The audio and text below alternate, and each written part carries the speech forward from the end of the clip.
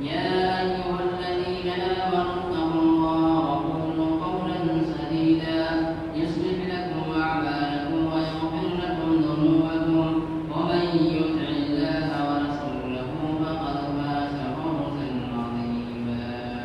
بسم الله الرحمن الرحيم. قاف والقرآن المجيد بل عجبوا أن جاءهم منذر منهم فقال الكافرون هذا شيء عجيب أئذا متنا وكنا ترابا ذلك رجع بعيد قد علمنا ما تنقص الأرض منهم وعندنا كتاب حفيظ بل كذبوا بالحق لما جاءهم فهم في أمر مريج أفلم ينظروا إلى السماء فوقهم كيف بنيناها وزيناها وما لها من فروج والأرض مددناها وألقينا فيها رواسي وأنبتنا فيها من كل زوج بهيج تبصرة وذكرى لكل عبد منيب ونزلنا من السماء ماء مباركا فأنبتنا به جنات وحب الحصيد والنخل باسقات لها طلع نضيد رزقا للعباد وأحيينا به بلدة ميتا كذلك الخروج كذبت قبلهم قوم نوح وأصحاب الرس وثمود وعاد وفرعون وإخوان لوط وأصحاب الأيكة وقوم تبع كل كذب الرسل فحق وعيد أفعينا بالخلق الأول بل هم في لبس من خلق جديد. بسم الله الرحمن الرحيم. يا أيها الذين آمنوا كتب عليكم الصيام كما كتب على الذين من قبلكم لعلكم تتقون. رب اشرح لي صدري ويسر لي أمري واحلل عقدة من لساني يفقهوا قولي. قالوا سبحانك لا علم لنا إلا ما علمتنا إنك أنت العليم الحكيم. تمام قسم کی تعریفات حمد و ثنا کبریائی و بڑائی اللہ رب العالمین کے لیے لائق اور زیبا ہے، جس نے ہمیں یہ ایک بابرکت اور بہت ہی رحمت والا مہینہ نصیب فرمایا۔ اللہ تبارک و تعالیٰ کا ہم اس بنیاد پہ جتنا بھی شکر گزار کرے وہ کم ہے۔ درود و سلام تمام انبیاء علیہ السلام پر، بالخصوص آخر نبی جناب محمد رسول اللہ صلی اللہ علیہ وسلم پر، جن پر اللہ تبارک و تعالیٰ نے دین اسلام کو مکمل کیا، قرآن مجید جیسی ہدایت والی کتاب کو نازل فرمایا۔ معزز سامعین و سامعات، جس مہینے سے ہم گزر رہے ہیں، یقیناً اس مہینے کی خصوصیت، اس کی برکت، اس کی رحمتیں، اس کی فضیلتیں ہم سے مخفی نہیں ہے، ہم سب جانتے ہیں۔ اتنی بابرکت مہینہ، اتنا بہترین مہینہ اللہ تبارک و تعالیٰ نے ہمیں نصیب فرمایا ہے کہ ہم اللہ تبارک و تعالیٰ کا اس بنیاد پہ جتنا بھی شکر کریں وہ کم ہے۔ یقیناً وہ آدمی، وہ مسلمان، وہ مومن بڑا ہی خوش نصیب ہے جو اس مہینے کو صحیح طور پر گزار رہا ہے، اس کی رحمتیں، اس کی برکتیں اور اس کی فضیلتوں سے اپنے نامہ اعمال میں نیکیوں کا اضافہ کر رہا ہے۔ اور اس کے برعکس وہ مسلمان، وہ مومن بڑا ہی بدنصیب ہے کہ اتنا بہترین مہینہ پا کر بھی اگر وہ اس کی رحمتیں اور برکتیں اور فضیلتوں سے اپنے نامہ اعمال میں نیکیوں کو اکٹھا نہیں کر پا رہا ہے۔ معزز سامعین، قرآن مجید میں اللہ تبارک و تعالیٰ نے فرمایا، یا ایھا الذین آمنوا کتب علیکم الصیام کما کتب علی الذین من قبلکم لعلکم تتقون۔ اے ایمان والو، روزہ تم پر فرض کیا گیا ہے جیسا کہ تم سے پہلے فرض کیا گیا تھا تاکہ تم تقوی گزار بن جاؤ۔ گزشتہ دو جمعہ میں رمضان مبارک کے تعلق سے زیادہ باتیں نہ ہونے کی بنیاد پہ میں آپ لوگوں کے سامنے اس مہینے کی فضیلتیں، خصوصیت، اس کے ساتھ ساتھ جو لوگ روزہ استطاعت کے باوجود نہیں رکھتے ہیں ان کے تعلق سے جو وعیدیں آئی ہے، اور ساتھ ہی ساتھ تھوڑے بہت مسائل کے تعلق سے جو روزے کے درمیان جو مسئلے پیش آتے ہیں ان باتوں کو بتانے کی کوشش کروں گا انشاءاللہ۔ تو سب سے پہلے یہ ہمیں جاننی چاہیے کہ اللہ تبارک و تعالیٰ نے روزہ ہم پر فرض کیا ہے۔ فرض جو اللہ تبارک و تعالیٰ نے اپنے بندوں پہ کیا ہے، اور اس کے چھوڑنے پہ بندہ گناہگار ہوتا ہے، یعنی یہ اس کے اختیار میں نہیں رہتا ہے کہ وہ چاہے تو رکھے یا چاہے تو نہ رکھے، فرض اسی کا نام ہے۔ تو روزہ انہی میں سے ہے، جیسے نماز ہم پہ فرض ہے ویسے ہی روزہ بھی فرض ہے کہ ہم کو رکھنا ہی ہے۔ ہاں، اس کا بدل جہاں پہ ضرورت پڑی ہے کہ کوئی بیمار ہے یا کوئی بزرگ ہے یا اس طرح سے یہ بہت بیمار ہے یا ضعیف ہے، کمزور ہے، تو اس کا بدل اللہ تبارک و تعالیٰ نے خود ہی بیان کر دیا ہے۔ روزہ رکھنا ہے، اور اگر ہمیں ہمارے اندر وہ استطاعت نہیں ہے یا ہم میں سے جو لوگ استطاعت نہیں رکھ سکتے ہیں یا کمزوری کو پہنچ چکے ہیں، تو اس کا بدل جو ہے ان کو وہ چیز ادا کرنا پڑے گا، تبھی جا کر ان کا روزہ کا ثواب ملے گا اور وہ گناہ سے بچیں گے۔ ایسا نہیں ہے کہ کوئی اگر کمزور ہے، روزہ رکھنے کی استطاعت نہیں رکھتا ہے تو وہ روزہ بھی نہ رکھے، اور اگر اس کے بدل جو فدیہ ہے اگر وہ فدیہ بھی ادا نہیں کرتا ہے تو وہ گناہگار ہوگا۔ تو بہرحال اللہ تبارک و تعالیٰ نے روزہ کو ہم پر فرض کیا ہے، لہذا یہ ہمارے اختیار میں نہیں ہے کہ ہم چاہے تو رکھے یا چاہے تو نہ رکھے، رکھنا ہی پڑے گا۔ اللہ کے رسول صلی اللہ علیہ وسلم نے بھی اس کی تاکید فرمائی ہے، تو قرآن کی آیت کے ذریعے بھی اس کی وضاحت ہوئی ہے کہ کتب علیکم الصیام کما کتب علی الذین من قبلکم لعلکم تتقون۔ اس کے بعد فرمایا ایام معدودات، یہ پورے سال نہیں ہے، یہ چند دن ہے، یعنی پورے سال کے 12 مہینے میں ایک مہینہ، چاہے 29 کا ہو یا 30 کا ہو، اتنے ہی دن اللہ تبارک و تعالیٰ نے فرض کیا ہے۔ ایام معدودات فمن کان منکم مریضا او علی سفر فعدۃ من ایام اخر، یہاں پہ مسئلہ بتایا گیا تو کوئی بیمار ہے یا کوئی سفر میں ہے تو وہ ان روزوں کو اس درمیان چھوڑ سکتا ہے اور اس کو دوسرے دن میں پورا کرے گا۔ ایسا نہیں ہے کہ وہ اس کے بعد اس کی ضرورت نہیں ہے یا اس کو اختیار میں چاہے تو رکھے نہ رکھے، دوسرے دنوں میں اس کو پورا کرنے کے لیے اللہ تبارک و تعالیٰ نے حکم دے رہا ہے کہ فمن کان منکم مریضا او علی سفر فعدۃ من ایام اخر، اس کو پورا کرنا ہے۔ اسی طرح فرمایا وعلی الذین فدیۃ طعام مسکین، اور جو طاقت رکھنے والے پر فدیہ ہے۔ اب اس میں ایک مسئلہ ہے جو مفسرین کرام بیان کرتے ہیں کہ ابتدائی دور میں اللہ تبارک و تعالیٰ جب اس کو فرض کیا تھا تو یہ اختیار دیا تھا کہ کوئی آدمی رکھنا چاہے تو رکھے یا جو نہ رکھے تو اس کے بدل میں وہ فدیہ دے دے گا، لیکن بعد کی ایک آیت سے فمن شہد منکم الشہر فلیصمہ، یعنی یہ آیت جب نازل ہوئی تو پہلی آیت کو منسوخ کر دیا گیا کہ اب سب کو روزہ رکھنا ہے، ہر حال میں روزہ رکھنا ہے، الا یہ کہ جہاں پہ اللہ تعالیٰ نے اس کے لیے رخصت دیا ہے یا اس کا بدل جو کیا ہے، لہٰذا اب ہمیں رکھنا ہی پڑے گا۔ اس لحاظ سے یہ روزہ ہم پہ فرض ہے، اور روزہ کو نہ رکھنے سے بہت بڑا یعنی انسان گناہگار ہوگا، لہٰذا ہمیں روزہ رکھنا ہے جیسے کہ ہم سب رکھ رہے ہیں۔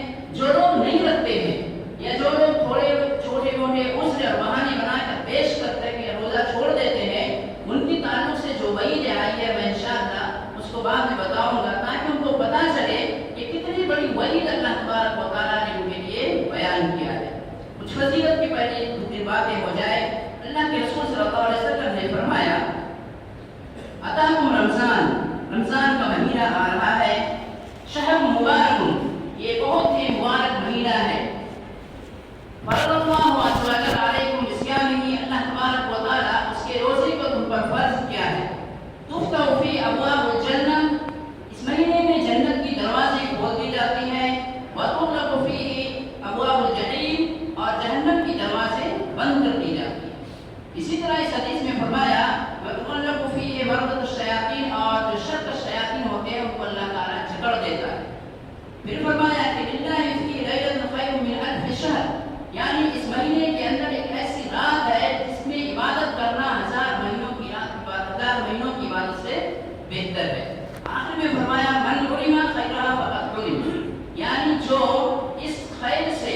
اس نیکیوں سے محروم ہو گیا تو گویا کہ وہ پوری طرح سے محروم ہو گیا۔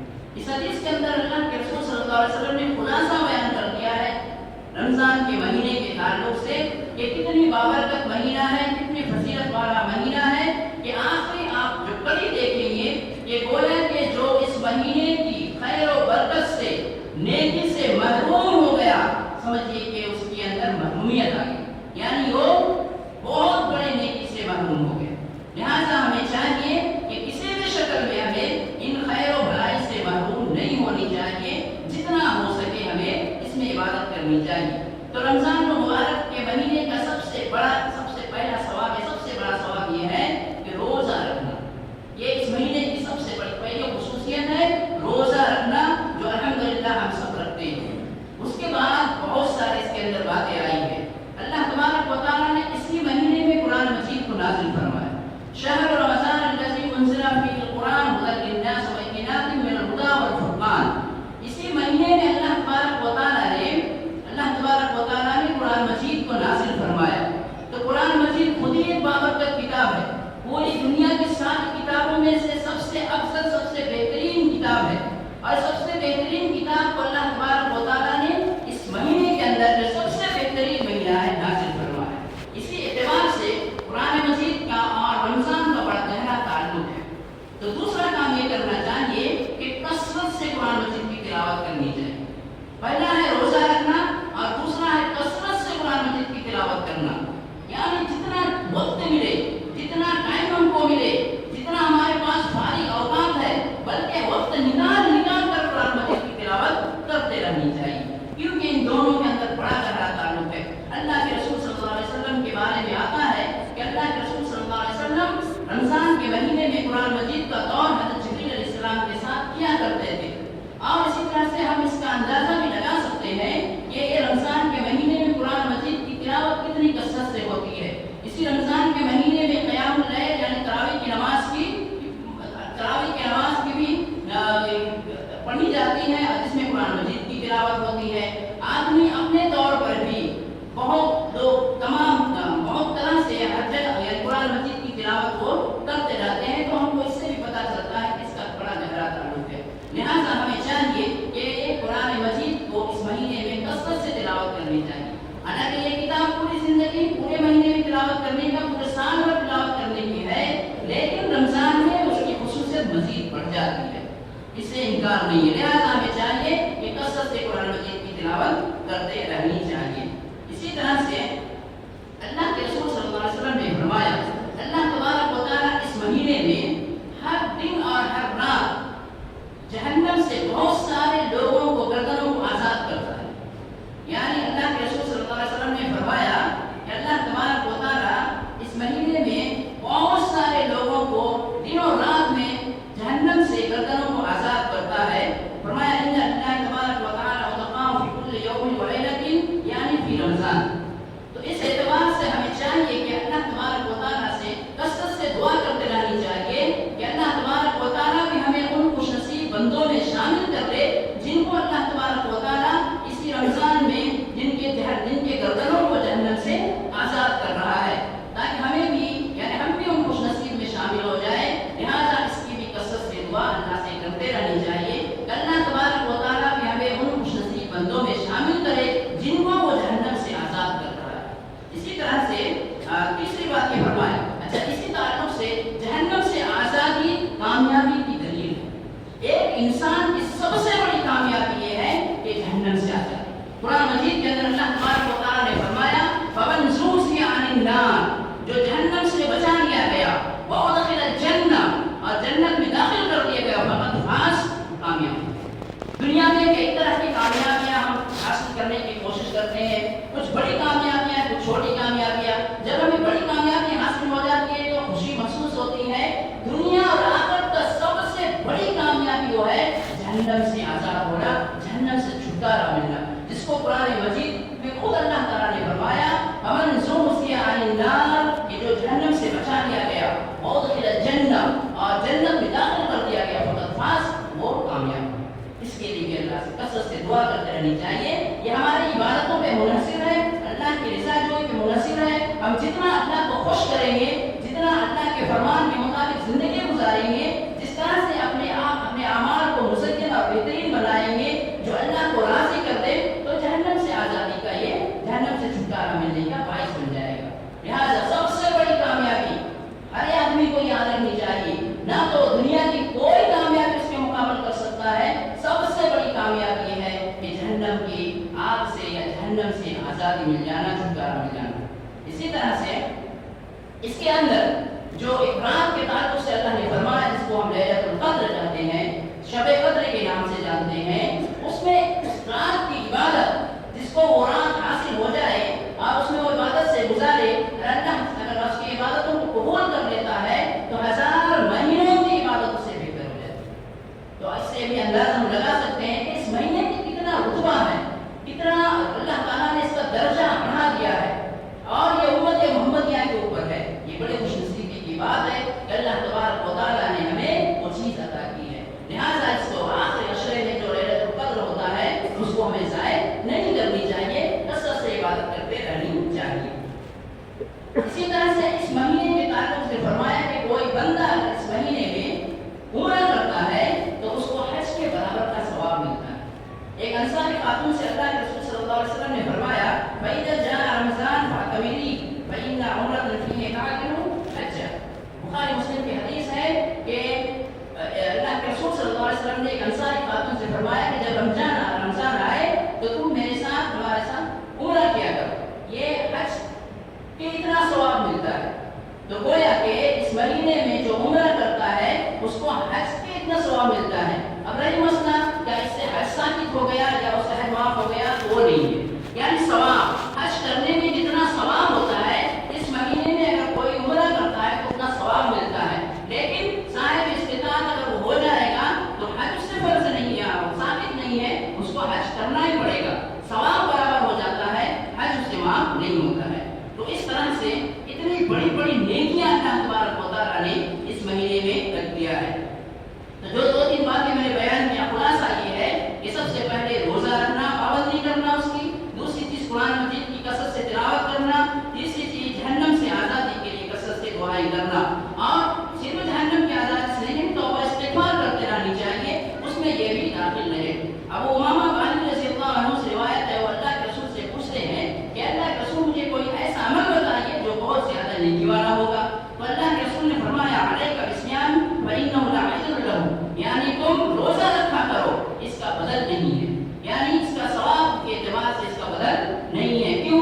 ہم سب جانتے ہیں کہ اللہ تبارک و تعالیٰ روزے کا جو ثواب ہے اللہ تبارک و تعالیٰ اپنے بندے کے لیے خود لکھتا ہے، یعنی کسی فرشتے کو لکھنے کی اجازت اللہ کے رسول نے نہیں دیا، لہذا اس کا جو ثواب ہے یعنی وہ اللہ تبارک و تعالیٰ اپنے اعتبار سے کتنا لکھتا ہے اللہ عالم، اللہ بہتر جانتا ہے، لیکن اللہ تبارک و تعالیٰ اس کا ثواب لکھتا ہے۔ تو اتنی بڑی یعنی اتنی بہترین مہینہ سے ہم گزر رہے ہیں، اگر ہم اس مہینے کی حفاظت کرتے ہیں اور اس کو صحیح طور سے گزارتے ہیں تو یقیناً ہم بہت خوش نصیب انسان ہو جائیں گے۔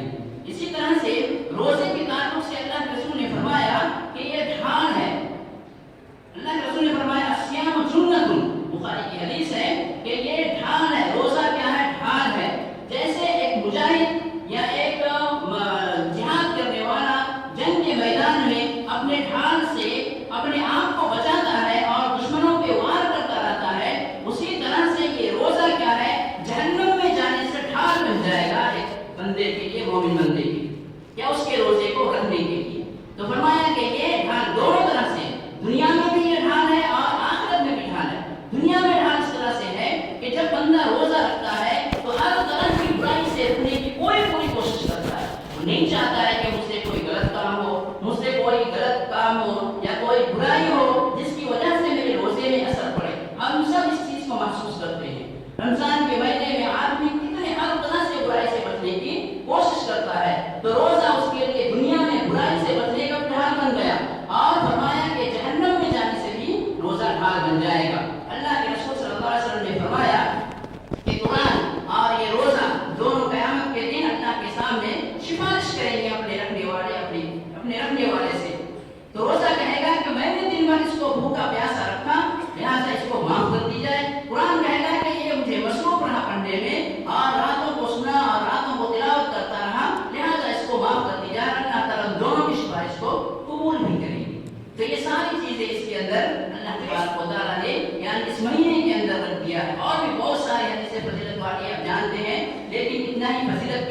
اس کے بعد روزہ جو استطاعت رکھنے کے باوجود نہیں رکھتا ہے، جو استطاعت رکھنے کے باوجود نہیں رکھتا ہے، ایک حدیث میں اس کے سامنے پیش کرتا ہوں، آپ اس سے اندازہ لگا لیں گے۔ بہت سارے ایسے لوگ ہیں، خاص کر کے جو لوگ مزدور قسم کے کام کرتے ہیں یا باہر سے، آپ دیکھیں گے کہ وہ لوگ روزے کا اہتمام نہیں کر رہے ہیں۔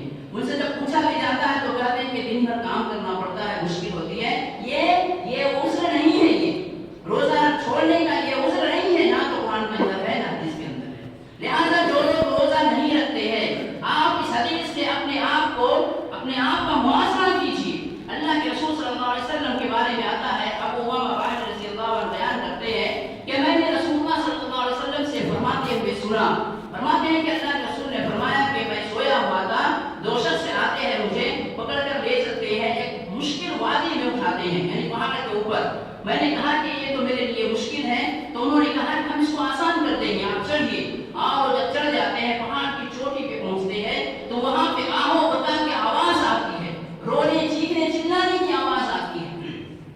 اللہ کے رسول نے دیکھا، دکھایا گیا تو ان کی بانجیں یعنی چیر دی گئی تھی اور ساتھ ہی ساتھ اس سے خون بہ رہا تھا۔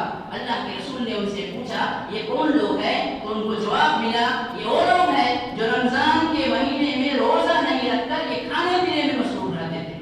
لہٰذا جو لوگ روزہ چھوڑتے ہیں، جو لوگ بھی یہاں پہ موجود ہیں اور استطاعت رکھنے کے باوجود چھوٹے موٹے بہانہ بنا کر اگر آپ روزہ چھوڑتے ہیں تو قیامت کے دن آپ کا اسی طرح کا حشر ہوگا جو حدیث کے اندر بیان کیا گیا ہے۔ لہٰذا کوئی عذر نہیں ہے، آپ کو روزہ رکھنا پڑے گا، چونکہ اللہ تبارک و تعالیٰ نے یہ فرض قرار دیا ہے۔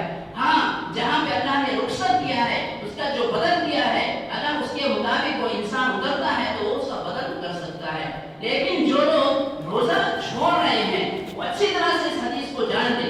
اللہ کے رسول کو بتایا گیا، دکھایا گیا کہ رمضان کے مہینے میں جو لوگ روزہ چھوڑ کر کھانے پینے میں مصروف رہتے ہیں تو ان کے ساتھ یہ حال ہوگا اور قیامت کے دن اتنی پریشانی ہوگی۔ لہٰذا جو لوگ بھی روزہ چھوڑتے ہیں، آپ یہ جان جائیے کہ روزہ آپ پہ فرض ہے، آپ کو روزہ رکھنا پڑے گا، بغیر اس کے کوئی چارہ نہیں ہے۔ لہٰذا روزہ نہ چھوڑیے اور اس کو اتنا آسان نہ سمجھیے، کیونکہ جو چیز فرض ہے اس کے چھوڑنے سے بہت بڑا گناہ ہے۔ لہٰذا روزہ رکھنا ہے، آپ کسی بھی شکل میں روزہ رکھیے، آپ کو رکھنا پڑے گا۔ اگر مشکل پڑ رہی ہے تو کام کو کم کر دیجیے، اللہ تعالیٰ آپ کے کام میں برکت دے گا، کیونکہ ہم جب اللہ کے لیے کر رہے ہیں تو اللہ تعالیٰ ہمارے کاموں میں برکت دے گا۔ اللہ تعالیٰ کبھی بھی مشکل نہیں چاہتا ہے۔ یرید اللہ بکم اليسر ولا یرید بکم العسر۔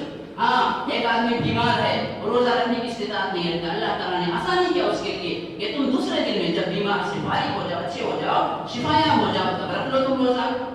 کوئی سفر میں ہے، وہ روزہ نہیں رکھ سکتا ہے سفر میں، اگر کوئی رکھ سکتا ہے تو منع نہیں ہے، لیکن کوئی چاہے تو نہ بھی رکھے، وہ اس کو دوسرے دن میں پورا کر لے، اللہ نے وہاں پہ کیا ہے۔ اور جو بہت کمزور ہے، ضعیف ہے اور یا ایسا بیماری میں مبتلا ہے کہ اب شفایاب ہونے کی امید نہیں ہے، روزہ نہیں رکھ سکتا ہے، تو وہ چاہیے کہ اپنے روزے کے بدل میں ایک مسکین کو کھانا کھلائے، اس کا فدیہ کہتے ہیں، اس سے فائدہ یہ ہوگا کہ اس کو روزے کا ثواب اس کو حاصل ہو جائے گا۔ لہٰذا یہ دو کام سے ایک کام کرنا پڑے گا، یا تو آپ روزہ رکھیں گے، اور اگر روزہ رکھنے کی استطاعت نہیں ہے شرعی عذر کے مطابق، نہ کہ ایسا ہے کہ ہم دن بھر بہت محنت کرتے ہیں، تھک جا رہے ہیں، روزہ نہیں رکھ پا رہے ہیں، ہم کسی کو فدیہ دیتے ہیں، یہ درست نہیں ہے۔ آپ کے اندر طاقت ہے، آپ کے اندر قوت ہے، توانائی ہے، روزہ رکھنا ہی پڑے گا۔ ہاں، اگر آپ اس عمر کو پہنچ گئے ہیں جہاں بہت کمزور ہو گئے ہیں، یا ایسی دائمی بیماری آپ کو لاحق ہو گئی ہے جو روزہ رکھنے کی اجازت نہیں دے رہی ہے، تو آپ فدیہ دے کر روزے کے یعنی آپ کے فرض کو ادا کیجیے، اور اس کے ساتھ ساتھ آپ ثواب کے حقدار ہوں گے، ورنہ قیامت کے دن آپ سے اس تعلق سے سوال کیا جائے گا۔ اسی طرح سے یہ دو چیزیں ہو گئی۔ اب تھوڑا سا مسئلے کے تعلق سے کہ جو ہم روزہ رکھتے ہیں تو ہماری روزے کی شروعات ہوتی ہے نیت سے۔ رمضان کے روزے اور نفل کے روزے میں ایک فرق یہ ہے کہ رمضان کے روزے کی نیت فجر کے یعنی صبح صادق سے پہلے کرنا پڑے گا، یا تو آپ ایک دن رات پہلے کر سکتے ہیں، یا صبح صادق سے پہلے یعنی جو ہم افطاری کے یا سحری کرتے ہیں اس سے پہلے یہ نیت ہونی چاہیے۔ یہ رمضان کے روزے کے تعلق سے۔ جبکہ نفل کے روزے کے تعلق سے آپ کسی بھی وقت کر سکتے ہیں، فجر کی نماز کے بعد بھی نیت کر سکتے ہیں، شرط یہ ہے کہ آپ کچھ کھایا پیا نہیں۔ اللہ کے رسول کے بارے میں آتا ہے کہ اللہ کے رسول نماز پڑھ کے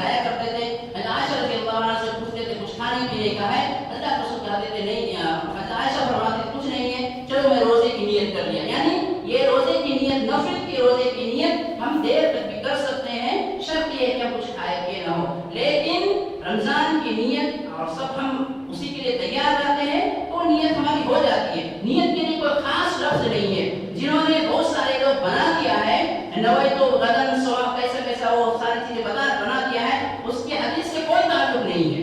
نیت دل کے ارادے کا نام ہے. آپ دل میں جو ارادہ کر لیے وہی آپ کا نیت ہو گیا.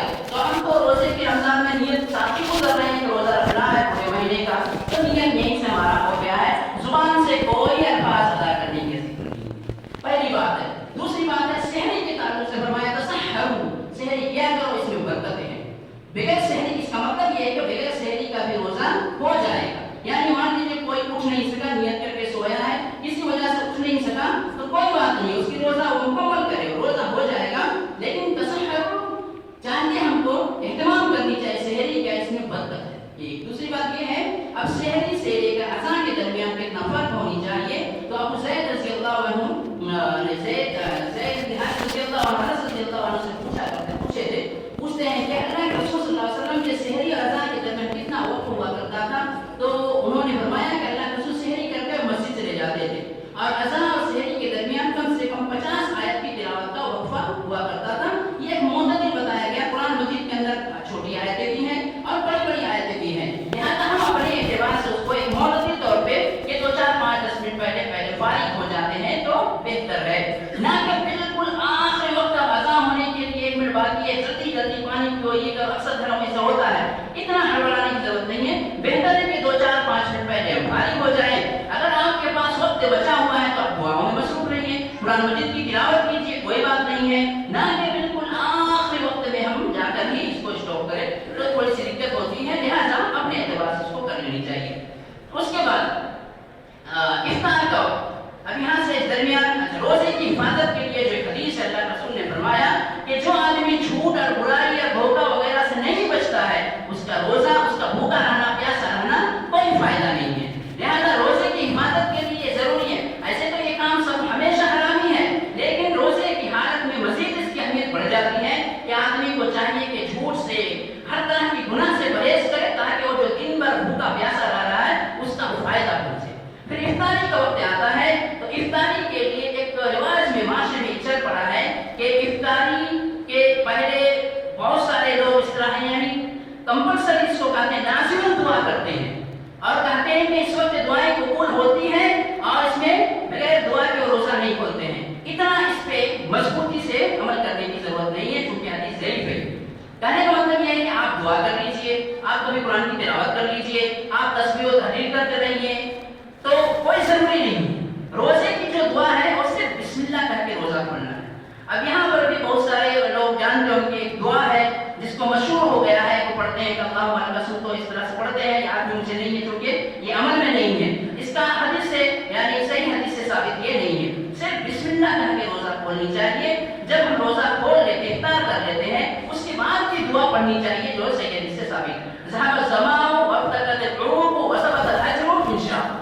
یہ دعا آپ کھجور اور پانی لینے کے بعد بھی پڑھ سکتے ہیں, یا افطاری کر لیے, یعنی یہ سکم شیر ہو گئے اس وقت بڑے بہترین معنی ہے. ذهب الظمأ وابتغت العروق, ذهب الظمأ یا سے چلی گئی, وابتغت العروق رگے در ہو گئے, وثبت الأجر إن شاء الله, اور اجر یعنی نیکی ثابت ہو گیا اگر اللہ نے چاہا. تو یہ دعا سب کو پڑھنی چاہیے. اس طرح سے ہمارے روزے کی تکمیل ہوتی ہے. اس کے بعد کا جو مسئلہ ہے, تراویح کے سلسلے میں ہم کافی غفلت برتتے ہیں. اللہ کے رسول نے فرمایا من قام ایمانا واحتسابا غفر له ما تقدم من ذنبه. اگر اللہ تبارک و تعالیٰ نے ہمیں, یعنی اگر آخرت سے ہمیں ڈر ہے اور اپنی گناہوں کی مغفرت کروانا ہے, تو تراویح سے جو ہم بے اعتنائی برتتے ہیں اور اکثر لوگ نہیں پڑھتے ہیں یا چھوڑ دیتے ہیں یا باہر نکل جاتے ہیں, تھوڑی سی تکلیف ہو سکتی ہے, حالانکہ کوئی مشکل نہیں ہے, کیونکہ اس کا نتیجہ اللہ تبارک و تعالیٰ ہمارے گناہوں کے معاف کرنے کے بدل میں دے گا.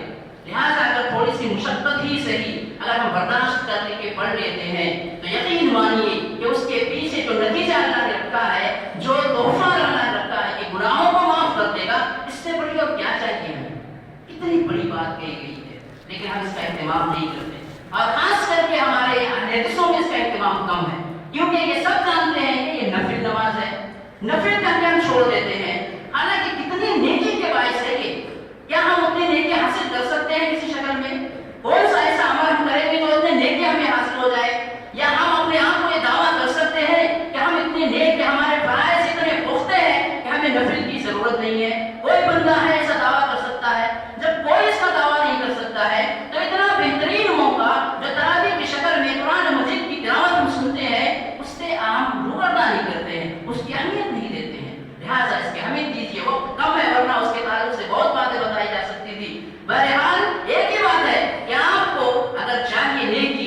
گناہوں کی معافی چاہتا